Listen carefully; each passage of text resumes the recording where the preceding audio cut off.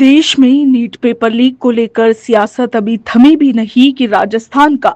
बहुचर्चित REET 2021 paper leak मामला एक बार फिर से सुर्खियों में आ गया। इस बार ये मामला और भी बड़ा इसलिए हो गया है क्योंकि राजस्थान सरकार में कैबिनेट मंत्री डॉक्टर किरोड़ी लाल मीणा ने सीधे केंद्रीय गृह मंत्री अमित शाह को एक पत्र भेजा है और इस पत्र में पूर्ववर्ती कांग्रेस सरकार के कई बड़े नेताओं, पूर्व मंत्रियों और अधिकारियों पर बेहद गंभीर आरोप भी लगाए गए हैं। आखिर इस पत्र में ऐसा क्या है और किस पर आरोप लगे हैं, चलिए आज बात इसी पर। ये तो आप सभी जानते हैं कि नीट पेपर लीक को लेकर देश भर में बहस जारी है, मगर राजस्थान में रीट 2021 पेपर लीक का मामला एक बार फिर से सियासी केंद्र बन गया है।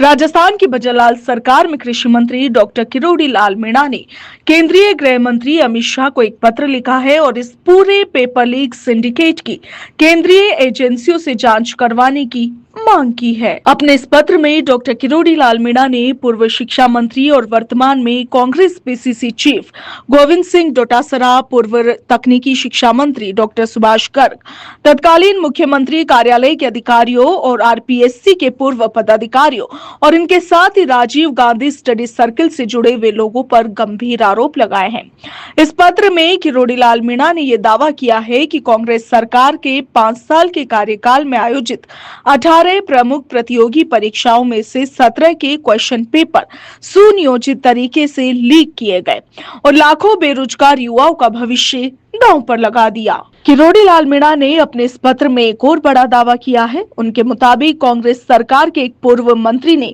सीकर में अपने बेटे के राजनीतिक और निजी प्रोजेक्ट्स के लिए पेपर लीक गिरोह के जरिए तकरीबन 40 करोड़ रुपए जुटाए। हालांकि पत्र में किसी का नाम इस आरोप के साथ सार्वजनिक रूप से लिखा हुआ नहीं, मगर इस दावे ने अब राजस्थान की सियासत में नई बहस जरूर छेड़ दी है। वहीं इस पत्र में राजीव गांधी स्टडी सर्किल का भी उल्लेख किया गया है। किरोड़ी लाल मीणा का आरोप है कि संस्था से जुड़े हुए कुछ लोगों के तार पेपर लीक नेटवर्क से जुड़े थे और इतना ही नहीं, उन्होंने रीट 2021 के क्वेश्चन पेपर्स की प्रिंटिंग को लेकर भी गंभीर सवाल उठाए हैं। आरोप है कि नियमों को दरकिनार कर कोलकाता की सरस्वती प्रिंटिंग प्रेस को गोपनीय कार्य सौंपा गया, जबकि वो इसके लिए अधिकृत ही नहीं थी। किरोड़ी लाल मीणा ने दावा ये भी किया है कि उन्होंने पहले ही प्रधानमंत्री नरेंद्र मोदी से व्यक्तिगत मुलाकात कर इस पूरे मामले की जानकारी दी थी और उनके मुताबिक पीएमओ के निर्देश के बाद ही ये मामला ईडी तक पहुंचा, मगर पर्याप्त सबूत होने के बावजूद भी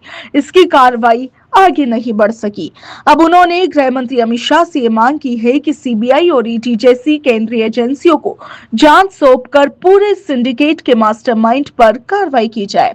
राजस्थान में निकाय और पंचायत चुनावों की आहट के बीच ये मुद्दा एक बार फिर से सियासत के केंद्र में आ चुका है। बीजेपी से युवाओं के साथ सबसे बड़ा विश्वासघात बताकर कांग्रेस पर हमला बोल रही है, तो वहीं कांग्रेस पहले भी इन आरोपों को राजनीतिक साजिश और बदले की राजनीति करार देती रही है।